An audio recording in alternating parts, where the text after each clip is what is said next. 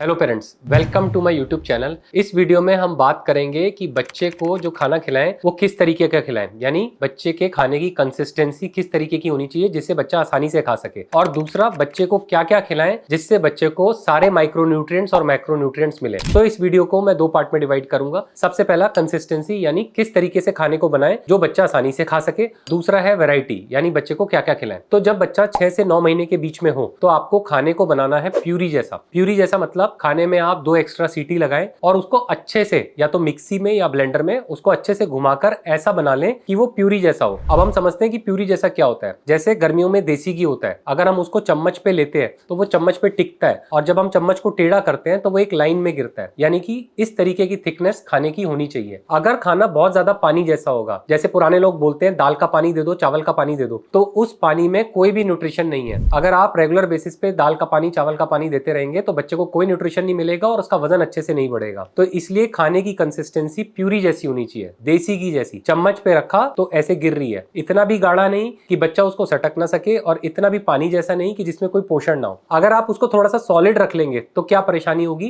क्योंकि बच्चा 6 से 9 महीने का है, उसको हम पहली बार खिलाना स्टार्ट कर रहे हैं, तो बच्चा जो है चोक भी कर सकता है, मतलब उसके गले में खाना फंस सकता है और बच्चे को प्रॉब्लम हो सकती है। तो जब हम बच्चे को खाना खिलाना स्टार्ट करते हैं 6 महीने पे, तो उसकी कंसिस्टेंसी देसी घी जैसी होनी चाहिए जैसे गर्मियों में होती है। अब बात करते हैं 9 से 12 महीने के बच्चे के बारे में। जब बच्चा 9 से 12 महीने के बीच में आ जाता है तो जो खाने की जो कंसिस्टेंसी है उसे मैश रखना है। मैश का मतलब है जैसे हम केले को हाथ से दबा देते हैं और केला बिल्कुल मैश हो जाता है, ना वो प्यूरी जैसा होता है ना वो बिल्कुल सॉलिड होता है। तो उस तरीके का खाना आपको 9 से 12 महीने की उम्र में बच्चे को देना है, क्योंकि ये सही उम्र है जहां से बच्चे को हमें चबाना सिखाना है। तो 6 से 9 महीने के बीच में खाना रहेगा प्यूरी जैसा, और 9 से 12 महीने के बीच में मैश खाना रहेगा। इस समय आपको मिक्सी या ब्लेंडर यूज करने की जरूरत नहीं है। 9 महीने की एज से बच्चे के दांत आने भी स्टार्ट हो जाते हैं। तो जब हम खाने को मैश रखते हैं तो बच्चा अपना जो जबड़ा है उससे खाने को चबाने की कोशिश करता है, और उसको जो टीथिंग पेन है उससे भी आराम मिलता है। जब बच्चा 1 साल से ऊपर का हो जाएगा तो खाने की कंसिस्टेंसी हो जाएगी सॉलिड्स। बट सॉलिड्स में भी आपको शुरुआत में सॉफ्ट सॉलिड देने हैं, जैसे चीला हो गया, जैसे ब्रेड हो गया, तो ये चीजें देनी है। बट थोड़ी सी जैसे हार्ड सॉलिड है, जैसे चावल हो गया, रोटी हो गया, ये आपको बाद में स्टार्ट करना है। तो पहले आप सॉफ्ट सॉलिड से स्टार्ट करेंगे, और 1 साल के बाद आपको बच्चे को 5 बार खिलाना है, और 1 साल से पहले 3 से 4 बार खिलाना है। इसके बारे में मैंने अपनी पुरानी वीडियो में बताया, जिसका लिंक मैं डिस्क्रिप्शन में डाल देता हूं। अब बात करते हैं बच्चे को क्या क्या खिला सकते हैं, जिसको हम वैरायटी बोलते हैं। वैरायटी को मैं 4 पार्ट में डिवाइड करता हूं। सबसे पहला हो गया सीरियल यानी अनाज, दूसरा हो गया दालें, तीसरा हो गया सब्जियां, और चौथा हो गया फ्रूट। इसमें एक और वैरायटी भी ऐड कर सकते हैं, नट्स पाउडर, यानी कि जो भी ड्राई फ्रूट्स हैं उसका पाउडर भी आप बच्चे को दे सकते हैं। 6 से 9 महीने का बच्चा है तो अनाज में आप आटे का हलवा, रागी का हलवा,